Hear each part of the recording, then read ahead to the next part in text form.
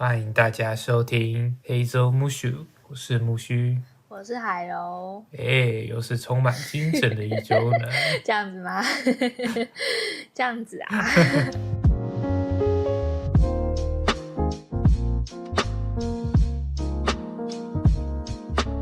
就我刚刚去大人百看晋级的巨人啊，然后我就因为我们平常都是在大人百看电影嘛，可能去星光吃饭，像我记得我们很喜欢去吃大型，就我骑脚踏车过去，然后我觉得看到那边的景象真的超难过的，就因为最近发生那个气爆，是我那时候是中午起床的时候，我看 LINE 里面，然后有阿姨传了那个影片，然后我看到影片的时候，我想说，这是拍什么科幻电影吗？就那个景象不像是真的发生的事情。我也觉得。然后我仔细看来，我原本以为，因为星光三月就盖得很像嘛，我原本想说这里是哪里的星光？是高雄的吗？还是台南的？然后结果仔细一看，发现是台中的，然后我整个吓到。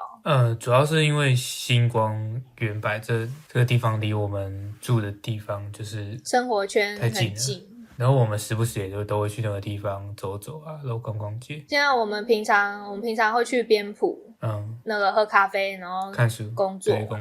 我们从边埔走出来之后，我们有时候会去星光逛逛，然后才回家这样子。其实就真的是很常去的一个地方，所以我今天经过那边的时候，因为它是整个没有开，就是电灯都没有开这样子，然后外面平常不是会有一个小喷泉吗？对，然后小朋友会在那边玩水，那些地方，那个地方都被那个砸下来窗户砸碎了所以地板都是坑坑洞洞的直接碎掉了。旁边他们把碎玻璃扫到那个行道树那边，有人在那边放一些鲜花，就是悼念，然后我看到就觉得好难过，很像末日之后的场景那种可怕的感受。然后走到原柏那边的时候，往星光那边看啊，就是我发现原柏它也有被打破几个洞，就是靠星光那边的墙壁，可能东西砸下来，然后砸到，有被波及到。我看到新闻当下，其实我一整天的心情就很不好，因为有点像是你的国家被你居住的很近的地方突然被攻击了。对，然后你有点无助，你知道说你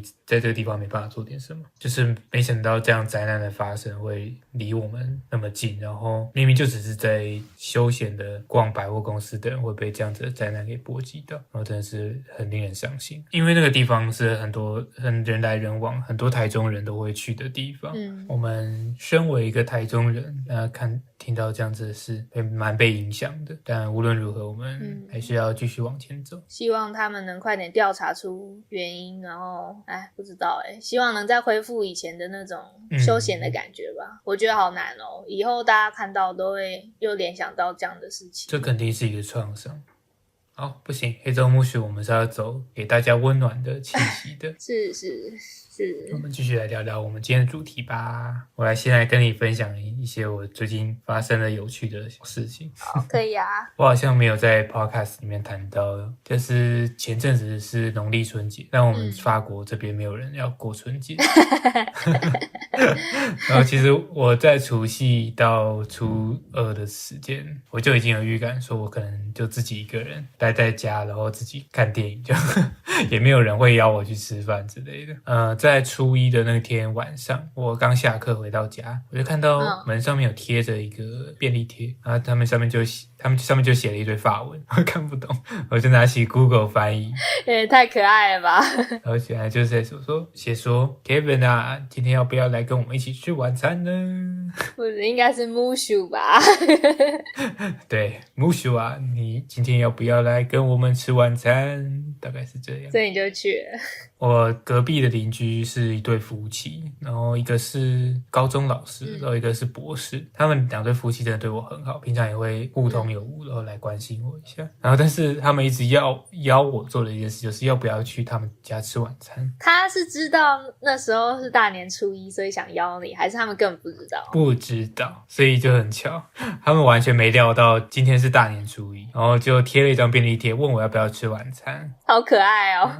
没错，然后我就突然感受到一股暖流，我觉觉得我之前那么哀，然后一直拖延不想要跟他们去聚会，其实有点不太好意思。那今天又刚好是大年初一，那我还是展示一下我的诚意。真不错。那我就赶快去楼下的文具店买了一堆红纸，就是那写春联的红色的纸。所以你是临时下去买的啊？没错没错，也太用心了吧。我就是因为我刚好有带叫墨水笔吧，就是有点像仿毛笔形状的那个签字笔，就是那种无竹的那种签字笔，对不对？对对对，是仿毛笔形状的。那我就买了春联纸，然后把它裁成斗方的尺寸，然后写了福跟春给他们，然后也以表示我自己的就是对他们的感谢。然后他们请我吃晚饭，我送他们春联。所以你有跟他们说现在是大年初一这样子？有，我不会跟他们说今年是初一，因为初一这个字太难翻了。我直接跟他们说现在这个礼拜是春节，然后他们收到也感到很新奇啦，因为在他们的概念里根本没有斗方或春联这种概念。你有教他们怎么贴吗？有，我有教他们怎么贴，他们也好像有听过要贴倒，就比如说倒福跟倒春。你说春到跟福到这样才对。对对对对，但我发现他们分不清楚字的正面跟反面，所以我之后回去看，我就发现哇，他们还是贴正的耶。好可爱哦。我想说算了，没关系。我跟你说，我昨天就是有一些外国朋友，就是国际交换生，我们有一个群组，大概10几个人的好朋友的群组，然后我们昨天就约好了要一起视讯聊天这样子。因为我就很孤僻啊，我平常都只有跟特定几个人在联络，然后他们突然说要视讯聊天了，他们还在群组公布说有个 special guest 就是金英要来这样子，然后我想说我拿 special guest 是因为他们每次通话的时候我都在睡觉，就是都是我睡觉的时间，然后呢我就跟他们聊天，因为他们就聊到什么前几个礼拜不是农历新年吗？然后你们都怎么过年啊？然后什么的。那个其中一个意大利的女生就突然展示了，就是我去年送给她的斗方。然后那个斗方呢是婉婉画的兔年斗方。你说印彩色的那个吗？对对对对，乌龟跟兔子的那一系列，对，超可爱的。然后他就说：“你看，我把它贴到墙上了。”然后你知道他贴怎样吗？他贴怎样？他贴倒了。他贴正方形。他贴正方形呢？我们通常都在贴菱形啊，可是他贴正方形。然后我不能跟他说这个不是这样贴啊但是没办法然后我找个说哇谢谢你贴上去了，我好开心哦 I'm very happy 这样子。我觉得对于语言不是那么流利，那我们就会缺乏很多补充的文字给他但我觉得真的没有差，他们的概念就是这就是一个纪念性的一个祝福。对对对对，反正他们也不懂他们上面的字是什么。我觉得很有趣，因为我们上一集在聊写书法这件事嘛，我觉得这个就是一个超级对我们有帮助的事，因为我们会写书法，所以我们可以用这个方式跟别人做国际交流。有点像是把我们的文化秀给大家看，然后知道说我们也对自己的文化感到骄傲。等一下，我还没讲到重点，春联才不是重点。请继续。我直接省略一堆，就是那天晚餐发生的事。但总之，那天晚餐真的吃得很开心。我们就在吃完所有的正餐之后，那对夫妇呢拿出了3块 cheese， 就是乳酪，不是那种一片一片的起司哦，是乳酪，那种会砸到头会很痛的那种，像砖块一样的乳酪。乳酪是他们这边的甜点，就是饭后甜点，然后通常会配着饼干跟果酱一起吃。然后他们也顺便拿出了果酱，都是类似无花果的果酱。然后呢，他们就跟我说一定要配饼干，不然会很咸。那我们就在那边很开心的吃。那你也知道嘛，就是你华人呢，亚洲人到别人家做客，那吃别人的东西呢，一定要大声说好吃的嘛，对。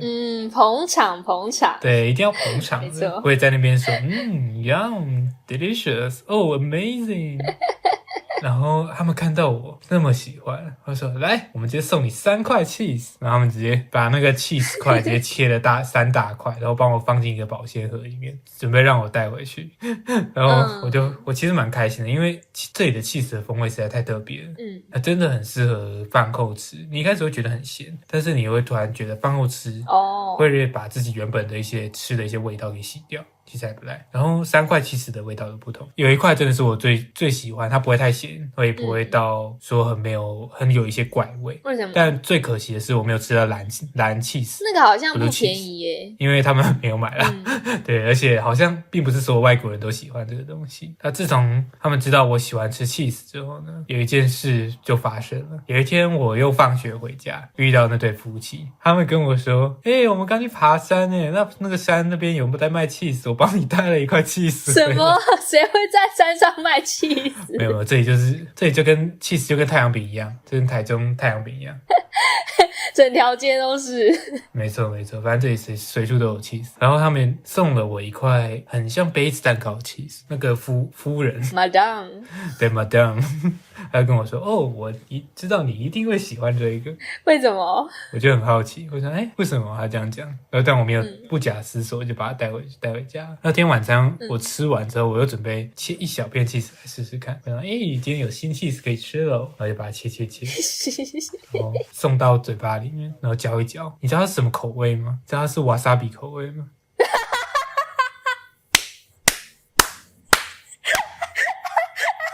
我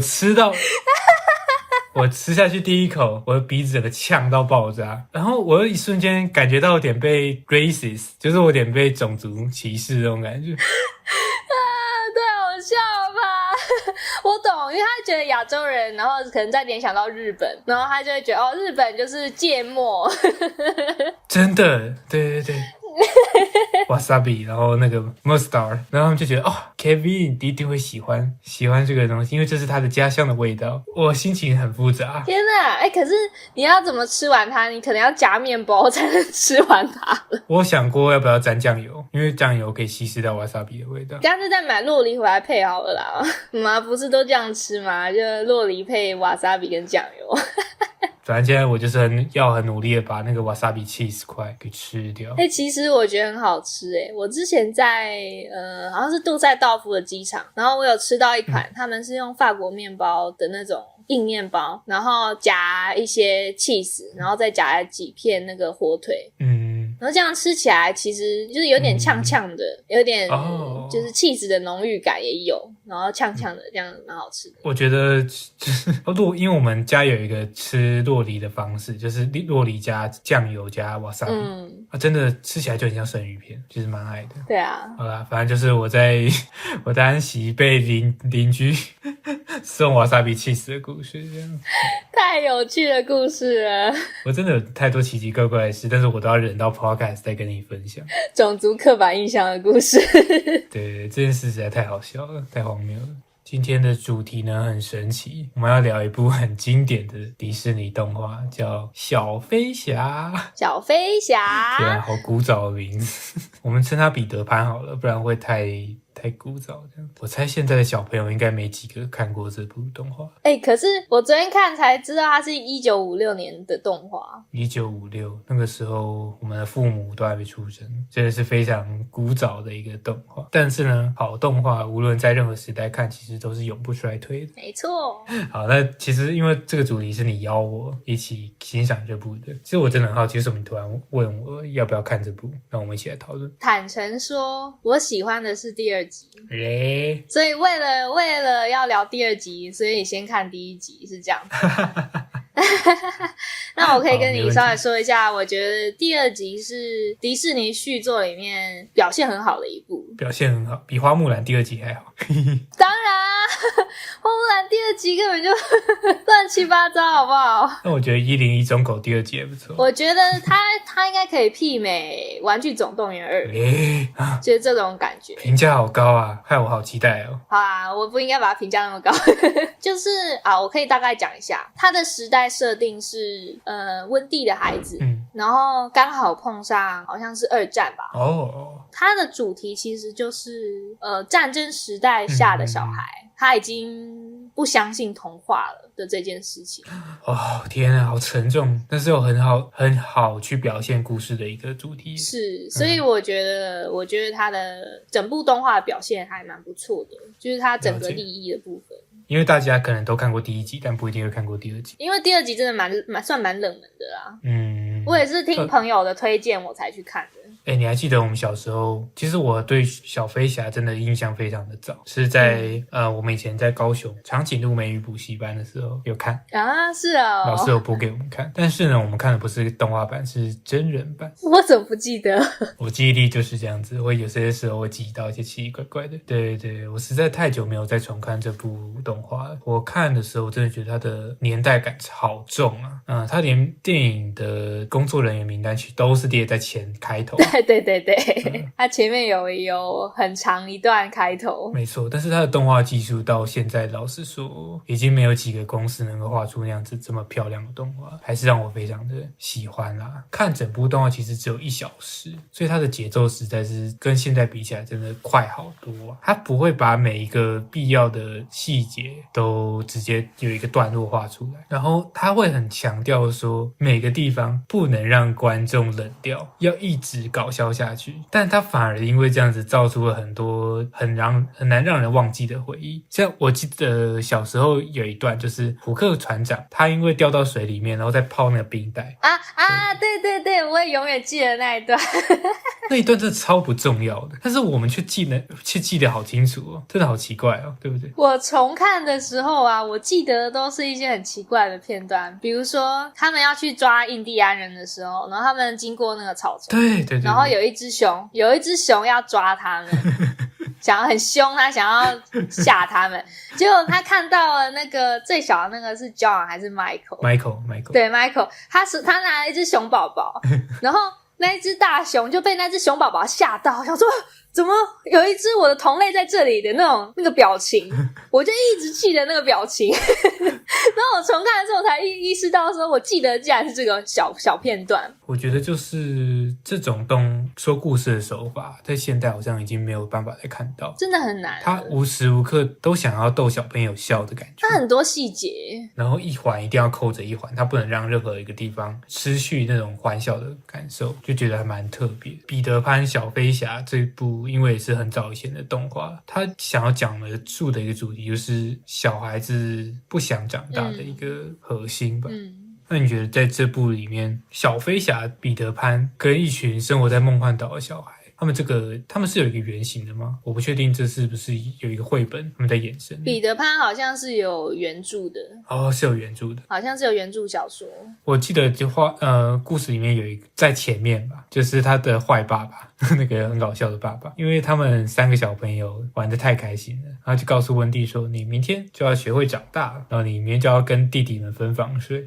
我忽然就有回到我童年的即视感，就是我跟你第一次要分房睡呢，因为我们小时候真的是因为年龄太相近，我们随时都黏在一起，但我们忽然意识到说父母要我们觉得说我们2个要长大了，我们要分开彼此的房间的时候，那个感觉真的蛮难过的。就是我那一天要学会长大，我就不能跟我最亲近的那个家人住在同一个房间。我昨天看的时候我会想说啊，长大是这么突然的一件事情吗？就是温蒂要独立去睡在一个房间这件事情好像并不是一件很不像我们平常可能会说的没错长大的意义，比如说月经来啊，或者是其他生理上的变化所呈现的这种长大的意义。反而他这里面说的是你要单独去睡在另外一个房间这件事，好像并没有这么的可怕。但是你今天一提到就是我们小时候分房的那个惨状惨状简直可以用惨状来形容，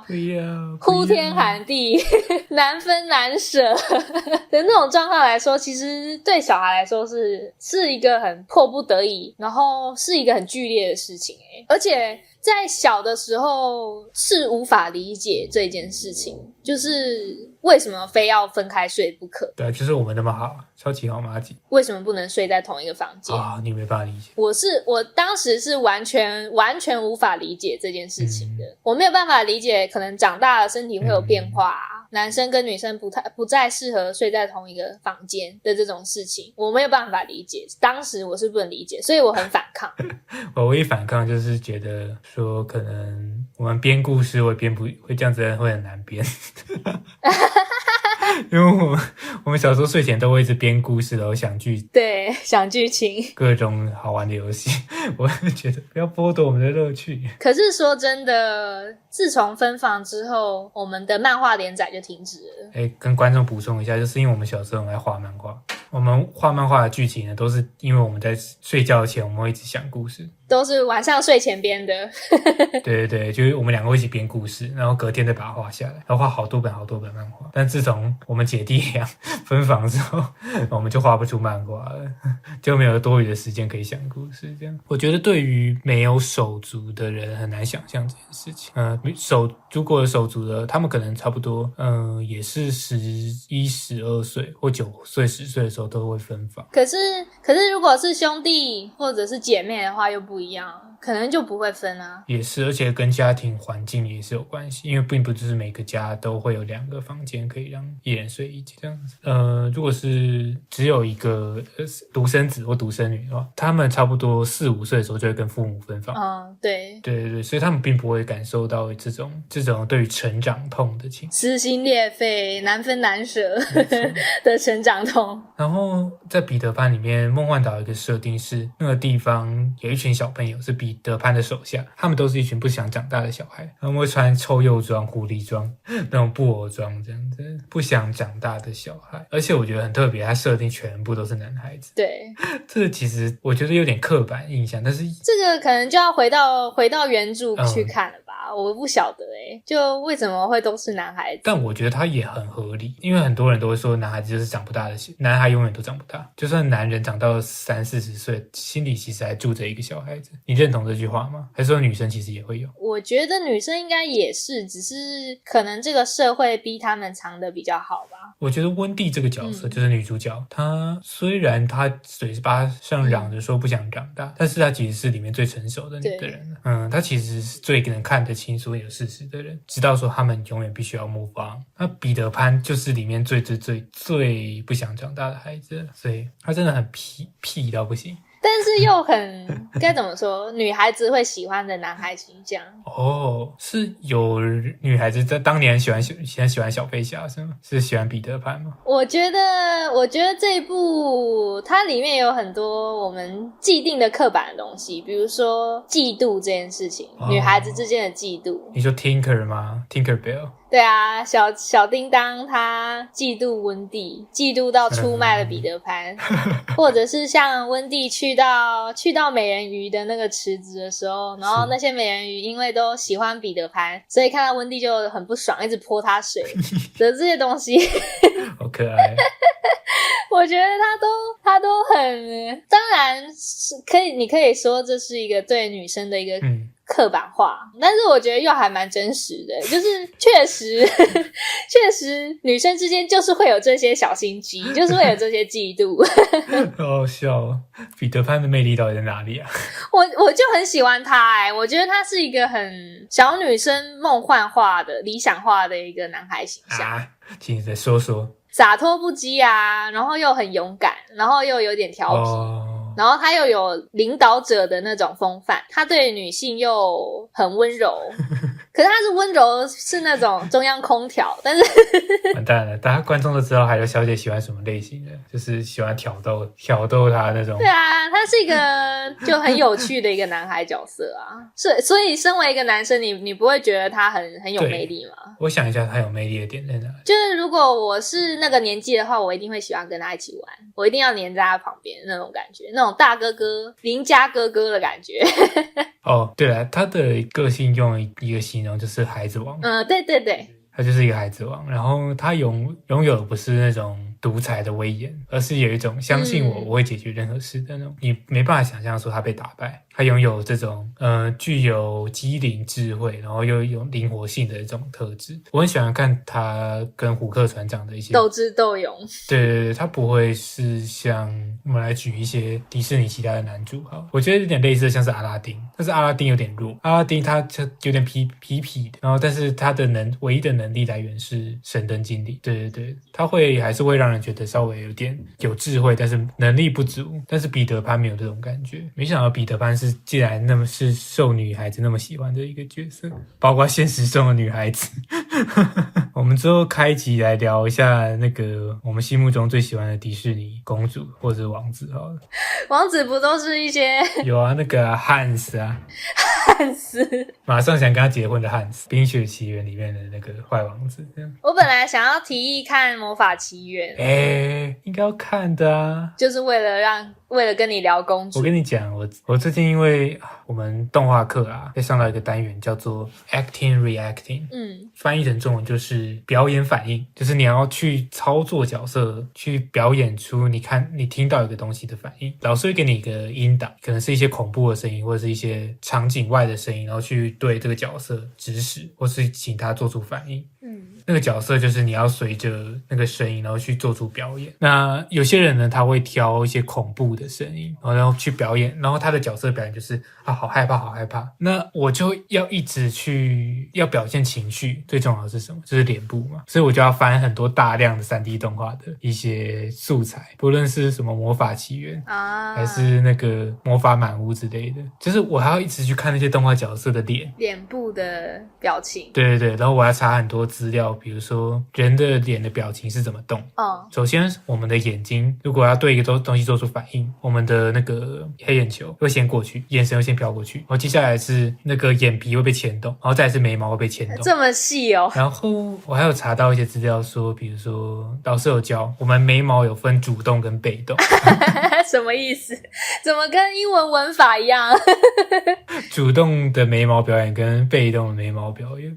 我先讲被动。被动就是说我们收到那个情绪之后，我们做出的反应，比如说开心，然后眉毛就会就是直接一起往上扬；愤怒，眉毛就会一起往下坠，因为都是我们很直接、很直觉的反应，直觉性的眉毛就会因为接受到愤怒，或者是开心，或者是悲伤，就会一起，就是会一起灵动。很好笑观众都看不到，然后只有我一个人在那边憋笑。哎呦，动画师就是这样嘛。好啦，反正你仔细看我的眉毛。那什么是主动呢？比如说怀疑，就是你去主动仔细看眉毛会有什么不一样？我怀疑。你有没有发现眉毛的那个幅度不一样？被动的话，它眉毛都是一起动的，生气、悲伤、开心。应该让观众看看你这副模样。怀疑的话，你的眉毛就是一个下一个上，然后厌恶、被动的表情都是对称的，开心、生气、难过，眉毛脸部都是对称。Hello， 这里是木须。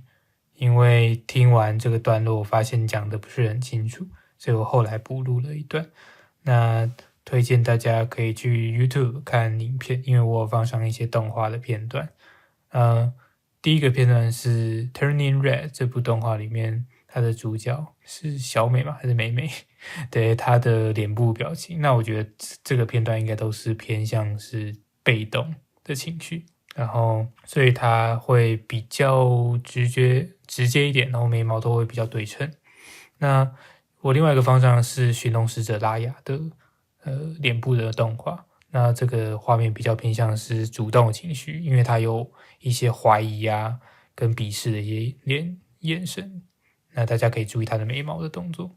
所以你在调脸部表情的时候，你就要特别注意这个地方，不能在该被动的时候你还让他表情不对称。那这跟那个乐佩有什么关系吗？ Rapunzel 里面就有一堆就是这里面的表情。你们有没有发现那个皮皮的王子，他的眉毛随时都挑上去的你去找他的图片，他眉毛一定是一边高一边低，因为他随时都在那边皮皮的那边挑，有点像挑逗别人那种感觉。那些都是主动情绪。 OK， 你就知道那个王子有多皮，就是因为他随时的眉毛一个永远都在上面，他不会两个眉毛同时在一个地方这样。所以要做出一个皮皮的人，就是要让他脸部表情不对称嘛。这算是一个原则吧，就是正常来说人的表情不会有对称，对，但是主动跟被动它可以让你动画的时候眉毛是一起上一起下。你要表现一些很有个性的人的时候，那你的表情左右对称，那就跟拉距就可以拉大。好啦，我跟大家分享一些没人在乎的动画小知识。我很鼓励大家，如果下次看 3D 动画或 2D 动画，可以看一下角色的眉毛哦。好的，超无聊动画冷知识结束。好啦，那最后因为我们要衔接到我们继续看彼得潘下一集嘛，那你对小飞侠还有什么你觉得可以跟大家的分享的一些核心的一些想法？我觉得他有一个叙事方式还蛮有趣的。我觉得在现在的迪士尼动画很少能看到，就是它每个角色会有它固定的配乐。像彼得潘出现，他一定会放那种哒哒啦哒哒啦。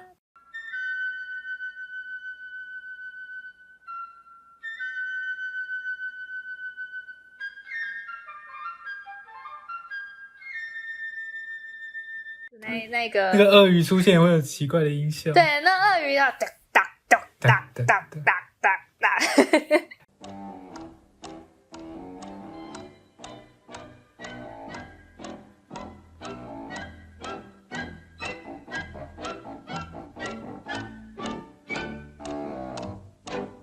很可爱耶，好可爱。对啊，然后胡克船长也有他的音乐，就是每个角色他可能都有配一些特定的旋律。我觉得虽然都是几个旋律在那边轮流播放，但是他有做一些我觉得像交响乐的编曲吧，所以它整个融合跟叙事就融合得很好。对，虽然它也不算是一个音乐剧的作品，但是我觉得它在音乐上面跟剧情的结合还蛮用心。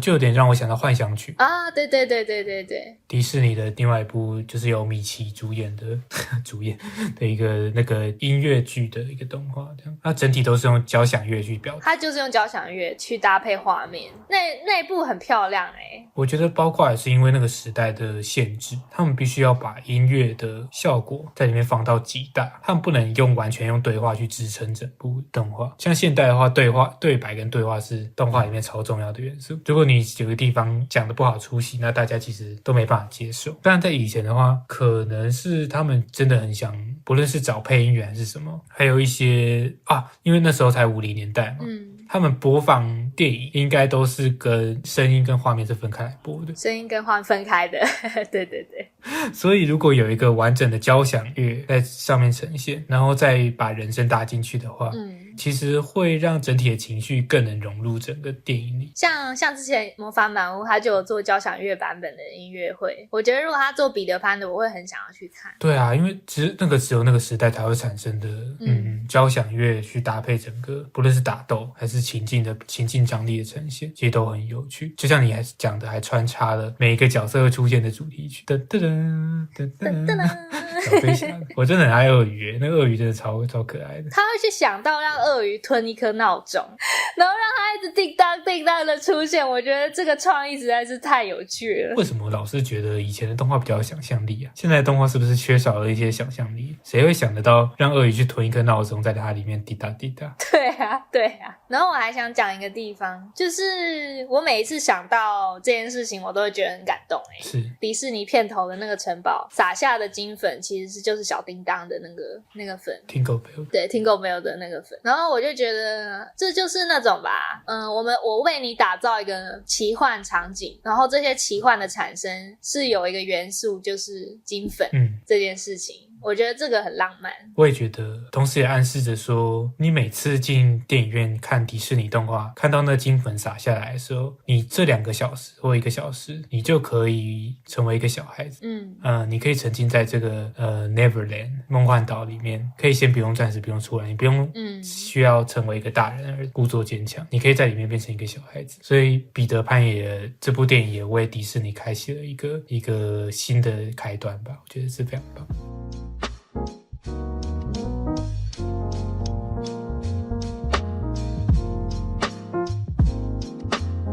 你做的总结很棒。有吗？好啦，木须每次都会暖收，尽管最近发生了很多令人遗憾的事，但是我们永远都要怀抱着希望走下去。好啊，没错。好啊，来推作品吧。我先好了，这部作品应该还没播完，但我很推荐大家去看。在 Disney Plus 上面有一部新的蜘蛛人影集，叫做《你的好邻居蜘蛛人》。你怎么没有跟我说？哎呀，我都会留到 Podcast 讲嘛，这样你才能保留你第一个反应。好的，好，那请继续说。我会推这部，首先是我很爱蜘蛛人，蜘蛛人是我最喜欢的超级英雄，历代的蜘蛛人我都很喜欢，尤其是那个 Andrew 的第2代蜘蛛人，就是 Tick Tick Boom 的男主角是吗？对，没错。错，还有那个钢铁英雄的男主角，我只记得他在那边唱。对对，没错，就是那个长得有点帅帅，然后有点 nerd 的那个第二代男主角。好，反正这部影集呢，就是他又创了一个新的蜘蛛人的宇宙，然后再讲说另外一个年轻的彼得帕克，然后遭遇在高中时成为蜘蛛人，然后遭遇的各种事情。我会推荐，首先有2个原因，第一个是它美术很特别哦，它是一部 3D 动画，但是它的画面全部都是像漫画，就是以前早期漫画翻漫画的那种网点材质。对，然后它的配色很大胆。那跟新宇宙有什么不一样？新宇宙你还可以看得出它是 3D 的哦，你可以感觉到它有很多镜头移动，还有一些材质非常的细致非常非常多。我找邻居蜘蛛人，他用的就是那种稍微没有那么稍微廉价一点的漫画，就像是丁丁历险记那种你懂那种感觉，就是他的衣服就是单纯一个色块，然后加一个片阴影，然后会有一些那个书本的书页的材质会比较 vintage 一点。那你怎么说它是 3D 的呢？因为它就是 3D 做的，然后之后再渲染成2D 平面的样子，所以你看的时候就像看漫画啊，好酷哦。那跟你之前讲的那个奥数有什么不一样吗？奥数也是 3D 渲染2D 的材质，但是它走的美术风格是完全不一样，它走的是偏向油画一点，它上面的材质啊背景都是用厚涂一层一层的笔刷写实走写实感然后去画出来的，所以它介于写实跟非写实之间。但是这部蜘蛛人的动画影集它就是完全就是要走你像是在翻一本卡通漫画书啊，是很棒的。再来一点是我很推荐，不论是它的剧情没有很大人，它不一定是给大人看，小朋友也可以看得很开心，但你就算是成年人看，你也不会觉得它很多内容会小孩化，比如说那个反派就是非常的扁平，就是哈哈哈我要征服世界，你大人去看里面一些反派角色会觉得他好多内心的挣扎，会还蛮有深度的。我觉得这个编剧也很会写，所以我蛮推荐你如果想要轻松的欣赏一部蜘蛛人动画影集，那这部准没错。好啊，我会去看。你有要推的吗？好，没问题。好，换我推荐。因为我最近在重看一部韩国的影集，叫《黑暗荣耀》，前几年非常的红。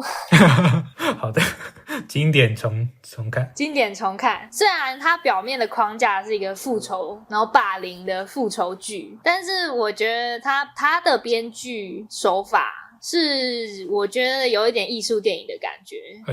竟然韩剧能拍出艺术电影的特质，我觉得他很厉害。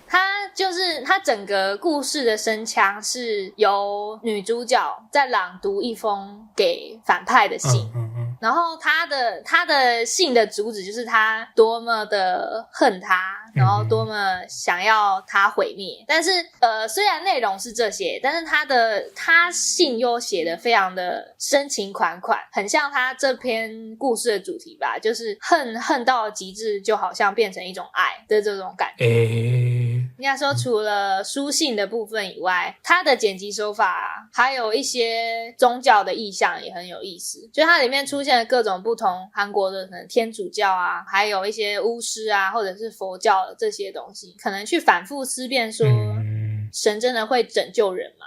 人是拯救自己呢，还是被神所拯救的？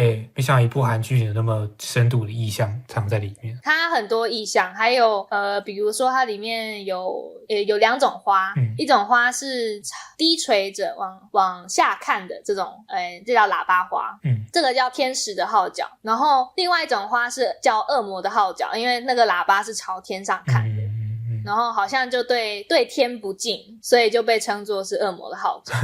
我觉得越看到后面会越把一些很细节的剪辑，可能一闪而过的镜头的这些伏笔慢慢的回收起来的时候，我觉得它所带来的感动跟关于救赎这件事情或者是复仇这件事情的探讨都还蛮有意思的。但会让我有点抗拒的点，就是因为我很害怕看到霸凌的场景。对，你会觉得害怕看到霸凌场景的观众会适合去看，会勾起他们的创伤？我觉得会，他的场景是真的还蛮可怕，他不是那种骂一骂就没事的那种，他是有肉体上的折磨。是。所以如果有这样子的害怕的观众，可能就是再思考一下，不那么合适，不那么合适。对，但是它是有层次的一部影集，对不对？它不是单纯的就是描写情爱的韩剧，它并不是一个爽剧，我觉得它是一个有在深度探讨一件事情的，然后很认真在讲述故事的一部作品。